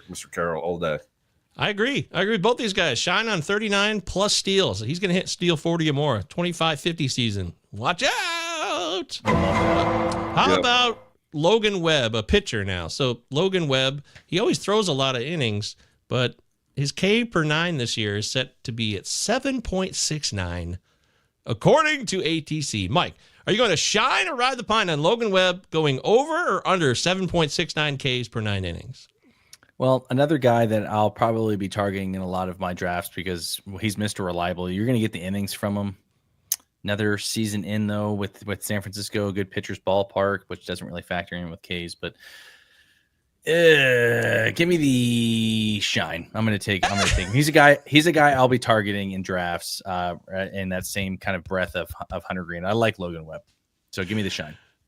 Okay. 7.69 K per 9, Brenton. I'm going to shine too. I like Logan Webb. It's a pitcher's park. Nobody hits at Oracle Park anyway, so they might as well so they can swing away, baby. Swing all you want. Good luck with all that. And plus, they get to play the Rockies a lot. So he's going to probably. There's only like one batter, Mike Talia, that he has to worry about. So he's going to K all the other batters. Every time he plays Colorado, so that's obviously Coors. His K rate way up. So there it is. Every show got to get Talia in, no doubt. They have to. I'm gonna shine this as well. I think he'll crack 8. That's still not elite, but I think he can get back up to 8 K per 9. Yeah, that's what I'm saying. I think 7.69 is a little too low for Logan Webb's K per 9. He can crack 8 again, no problem. And then what about Pablo Lopez? Remember him? He had a rough year last year, but he wasn't really hurt. He pitched a lot of innings. He's out there. He's doing his thing. And ATC expects Pablo Lopez to return to a 3.75 ERA. Mike, shine or ride the pine. Pablo Lopez, 3.75 ERA. So if you're shining it, you're going lower in this case. So if I'm shining it, I'm going lower than his ERA? We're going down to you think he'll have a 3.5 or something. That's tough for me. I'm going to go pine here. I like Pablo Lopez from a K perspective. I think 200 Ks or around 200 Ks, 190, 200 is probably a lock. But his career ERA is 3.91. So that's obviously something that I'm worried about. The pitcher I want in Minnesota is Bailey Over. Really? I love Bailey Over. K rate wise, I used to be a hater on Bailey Over. I know. That's why I said, really? Yeah, he turned my head last year. Anyways, but back to Pablo Lopez. I think what you're getting from him is the Ks. I would not be drafting from the ERA aspect of it, but I think he goes over that. I don't see him. I think he'll regress a little bit in terms of getting that back into threes, but not by much. Britton? Yeah, I'm riding the pine on that one. Pablo had one good season, but I think last year is what it is. Like I think that's pretty much going to be the norm here on out for Pablo Lopez. Before he had that great year, he was consistently shoulder issue Pablo Lopez. Like that was literally like they changed his name to Pablo Shoulder Issue Lopez. Oh. Yeah, like 3 shoulder surgeries in 3 years. I don't know. He had a great year that year, and more power to him. But I think what you saw last year is the Pablo Lopez moving forward. So I have to ride that one. I'm going to shine it. I think career year coming for Pablo Lopez. I love Lopez this year. Big fan. Very excited. I think 3.5 EO ERA or lower even. It's going to be a really good season for him, even though Rocco Baldelli is the most annoying manager in all of Major League Baseball. All right, and then lastly, our final one for today, ATC projections, thanks to our buddy Ariel Cohen. How about this? That guy, that man.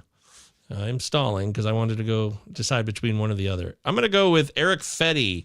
Erick Fedde is now a St. Louis Cardinal. Had a fun year last year for those White Sox, so we're going to win 89 games this year. Erick Fedde. We got him at a 4.08 ERA from ATC's projections. Mike, shine the ride the pine on Erick Fedde, a 4.08 ERA. Pine. Career year last year for Fedde. I don't see that happening with a Cardinals team that will likely getting rid of Nolan Arenado as well. I think this is going to be one of the worst teams in the division in the Central, which is kind of hard to say with St. Louis because normally when you think St. Louis are in the thick of things there. But yeah, I don't see that replicating. I'll take the odds and take the over there. Brenton, 4.08 ERA. Shine or ride the pine for Erick Fedde. I'm going to shine because I've got my Erick Fedde Bowman's Best card right here. There you go. Look at that. So let's shine. So it's currently going for $1.99 on eBay. So let's shine and get that value pumped up a little bit. I've always liked I've always liked Erick Fedde. Great prospect. So I'm rooting for him. So right, wrong, left, up, down, whatever. I'm rooting for Erick Fedde. Let's go, man. Those are rookie numbers. We got to pump up those numbers. I'm going to shine it as well. I drafted Erick Fedde yesterday. I think this is a guy who learned a lot in Korea. It's not just a fluke last year. Maybe he won't have a 3.3 ERA like he had last year, but I think he's still the guy and give you solid ratios. The Ks won't be there, but solid ratios. So I'm shining Erick Fedde having a better than 4.08 ERA. There you go. There it is. I think we've done it. We had a hell of a show today. This has been Fantasy Baseball Draft Prep Session 4 for the 2025 MLB season. We covered a lot of ground. We got bust, insane takes. We did projections. We give you guys what you deserve here. And I want to say thank you to everybody. Full course, 5-course meal. Don't you get mad at Robbie Baseball when he goes over an hour and see now here, not exactly leading by example, as we say. Or as my kids tell me, Dad, you do as I say, not as I do. And I'm like, oh, they got a point there. You know what I mean? But no, yeah, I love talking fantasy baseball with you. I could go on for another 2 hours, but probably need to end for the logarithms or whatever. Well, Robbie's got a point. He's on me. Make sure you guys go check out Mike Virginia's Twitter page at the top. Right? Yep. Make sure you guys check that out. Yep. Make sure you guys check that out. Free MLB jersey of your choosing if you are selected on Bozo Fest. So, and it's really, really simple. It literally takes 30 seconds. And here's the thing too. While you're subscribing to the YouTube channel of the Pallazzo podcast, why don't you text your buddy and say, hey, did you know that there's going to be a giveaway for a jersey? All you got to do is just freaking like this, or subscribe to the YouTube channel. Just do that. Right. And then if your friend wins, you'd be happy because your friend won. So, get us to 1,000, folks. Let's try to get there before Bozo Fest. Hey, this is true. Real quick, my daughter is having some friends over, like 10 of them. Ooh. And, at this age, they all have the watch, all the stuff. I'm seriously considering going down and interrupting their meeting or whatever they're doing and being like, all right, everybody, go to YouTube, type in Pallazzo, and we're all subscribing. Or else I'm going to be annoying you guys all day. I've got cupcakes. I love it. Oh, here we go. See, Brenton will do what it takes, folks. That's right. A diehard mentality we need around here. So thanks for the live chat. You guys crushed it. We got that bet, $100 with Uncle Ted, 89 wins on the White Sox. I don't think I'm going to let you back out. Should I let him back out?